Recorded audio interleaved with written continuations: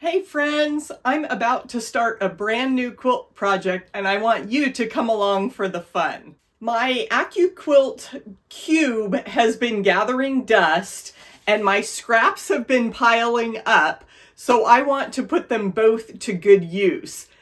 I am going to tackle my guild's Rainbow Scrap Challenge by making blocks with my AccuQuilt cube, and then at the end of the year I will have a fun scrappy quilt.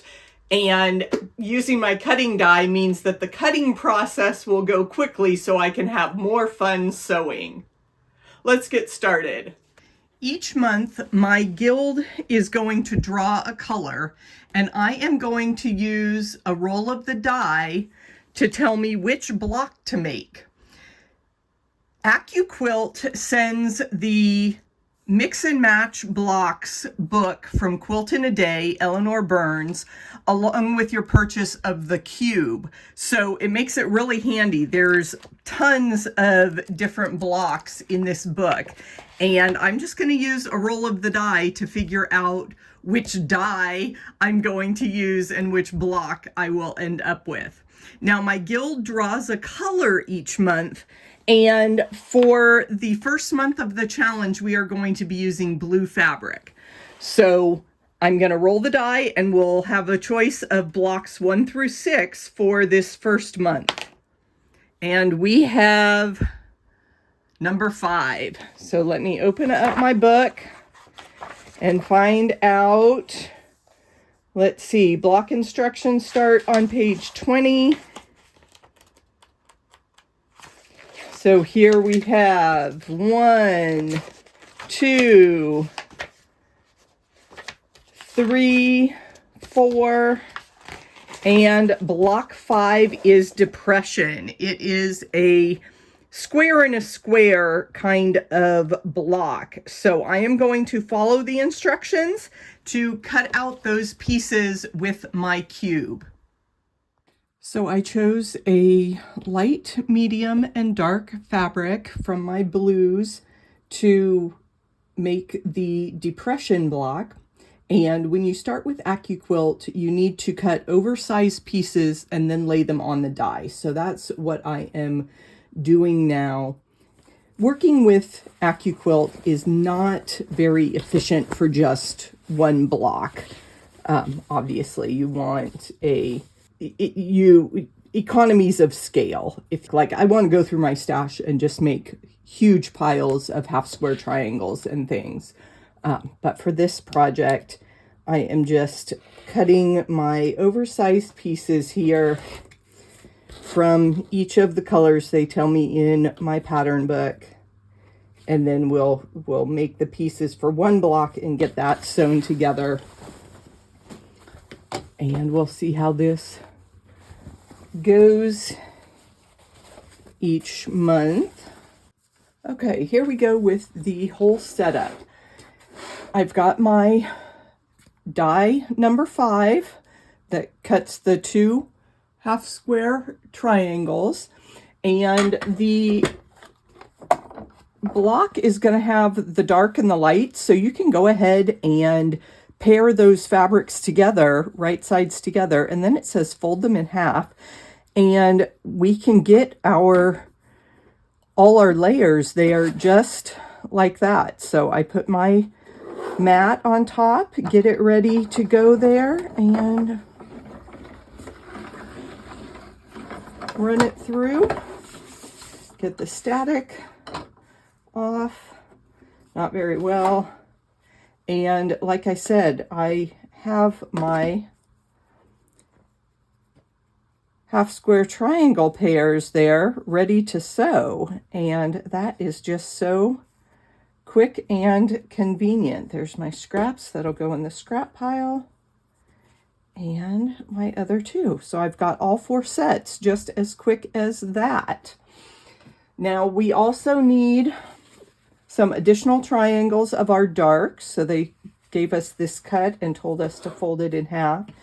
And then we have our long piece of light that we can actually fold in 4ths. And now I have 2, 4, 6 layers of fabric that can go through my machine all together. And I haven't paired these up because we're going to use those individually. But again, lay that, and I flip my mat over so that it can wear out evenly. And get the static going there and there, just as quick as that. I have my light and dark triangles that will eventually be in flying geese units, so we'll set those aside. And then we switch to our larger triangle die. This makes quarter square triangles, and we just need 4 of those, so I have my single layer of fabric that I can lay on that mat. Again, put the mat on and run it through. And we've got our triangles ready to pair up and sew. Awesome. Time to go to the machine. Okay, we are all set for sewing. I've got my parts, I've got my instructions. We'll start with the flying geese. So I just am taking one of the triangles and sewing it to the edge of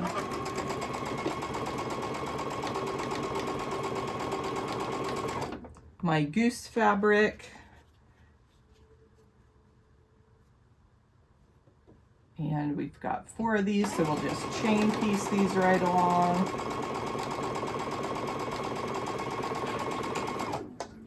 Then I can take the first part of my chain and I'm going to finger press these to the white, to the outer triangle.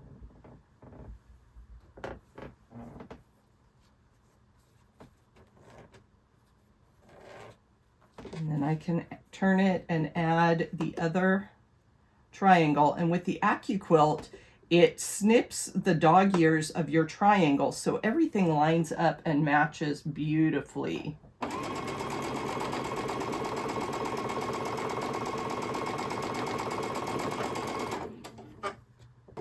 And then I just have that last flying geese from my chain. When you leave pieces under the needle, it saves you a little bit of thread, and the tips of your triangles will ease under that needle a lot smoother because you're not fighting against loose tails of thread. Okay, so those units are ready with a little finger press. Bring in my square in a square. And since I have to sew 4 sides, it's a good thing I have half square triangles to chain with this, so I don't have to, you know, this is where making just one block isn't very efficient. So what I'm doing is I'm finding the center of that square, and then I'm going to fold the triangles that go on the outer side, and that way I can match up those creases, and that keeps all my pieces lined up. And this is one instance where I do pin my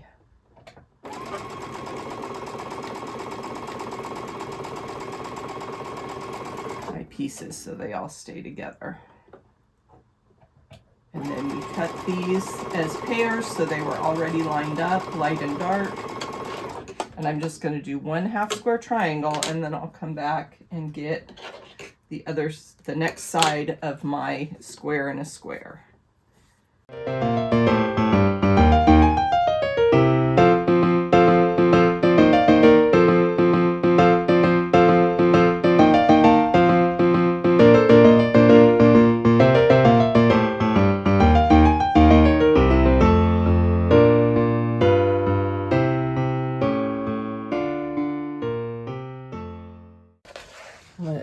lay out our whole block so that we can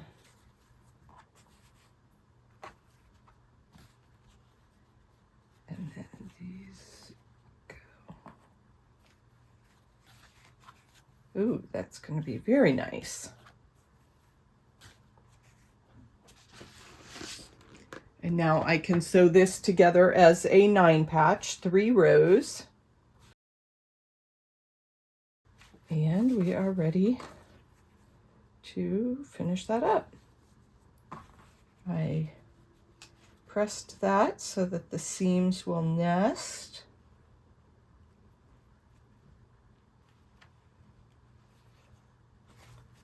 Just make sure I get my pin lined up with the stitches on both sides.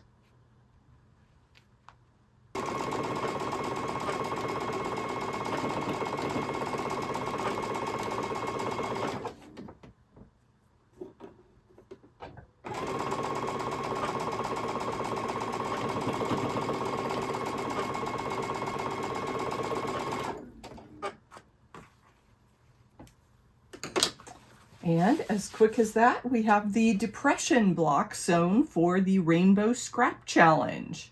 Join me next month when we roll the die and build another block.